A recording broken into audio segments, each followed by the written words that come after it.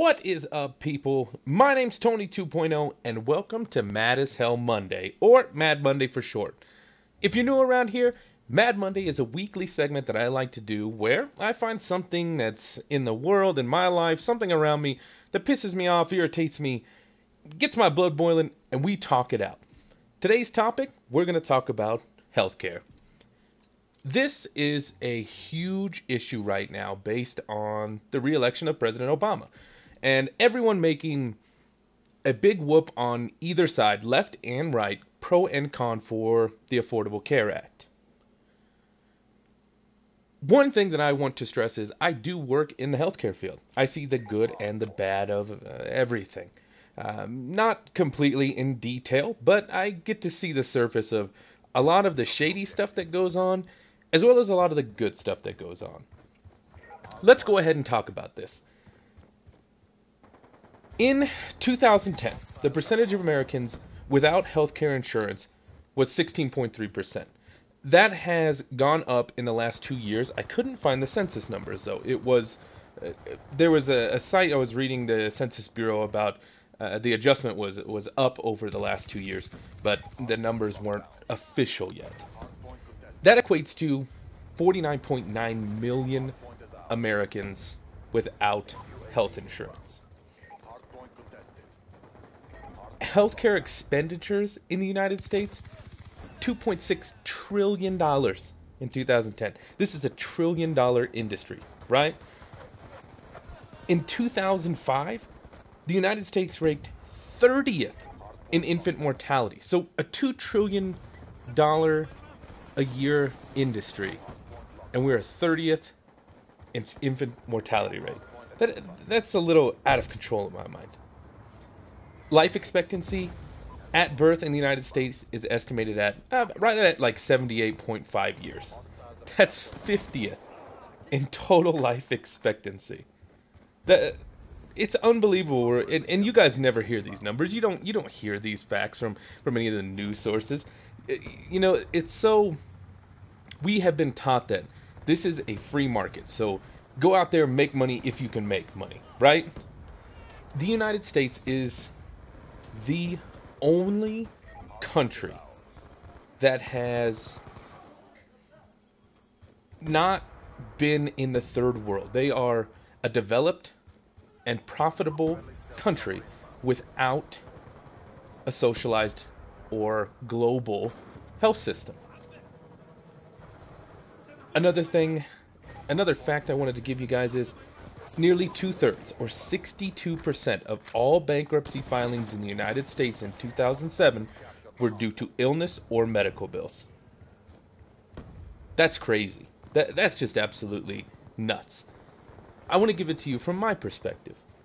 I work for a very large health system. About 2 years ago, my wife had to go to the hospital.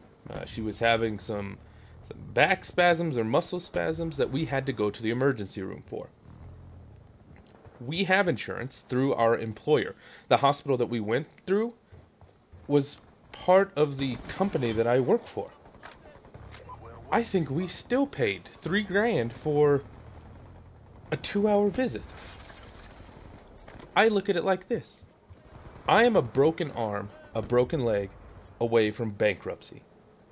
I am an accident, a fall, a sprain, a major surgery away from being bankrupt. I work hard. I put in 40 hours a week. So does my wife. We work for these companies.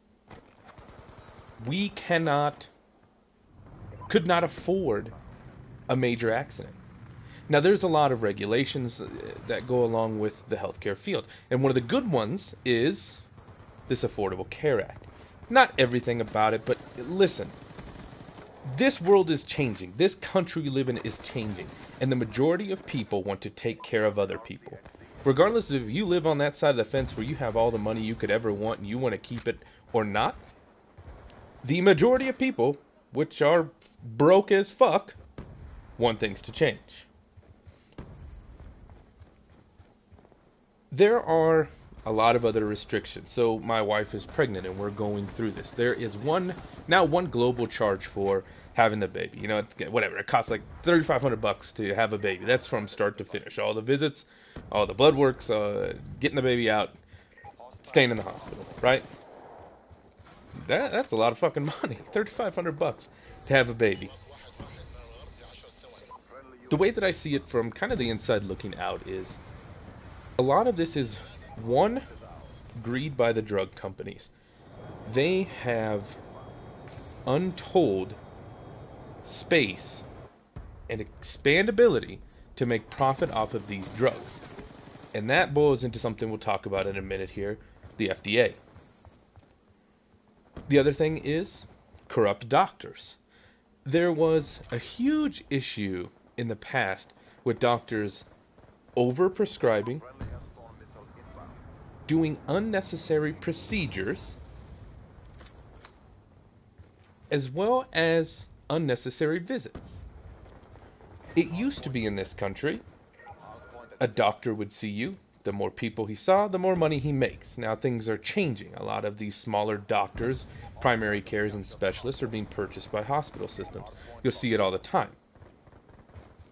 What happens is they no longer get paid per the volume. Yes, they have to keep up a certain amount of volume in through the doors, but it's no longer, oh, well, we can make the bonus if we get these many more and more and more procedures done.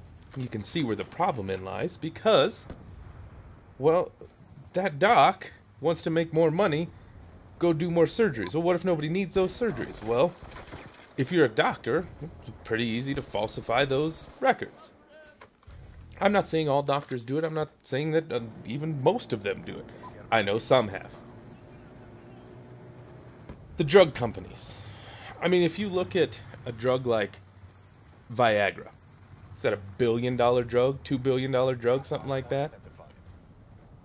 They hold patents and then continue to apply for new patents as these go along so that generics cannot be made, cannot be affordable.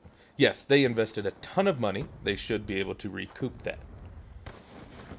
Canada had a generic for Plavix 3 years before it went generic here in the States. There was people that just could not afford Plavix. For those of you that don't know, Plavix is given to heart attack patients who go in and have coronary stenting done. Basically, when they open up a pathway in your coronary arteries around your heart. It is a necessity for 1 year minimum for everyone who gets a stent. People who can't afford it, what happens? You just roll the dice, hope that clot doesn't come back, or that blockage doesn't come back, or that it doesn't build up in that stent. It is absolutely ludicrous to think the drug companies have this much control over it. The worst part about it is, the drugs that you see, the brand names that come through, the Viagras, the Plavix, Crestor, or Lipitor, those are the people that paid the most money to get it through the FDA. And then you see, sometimes they rush it. They don't do enough study on it. And they get that bad 1-800 bad drug, right?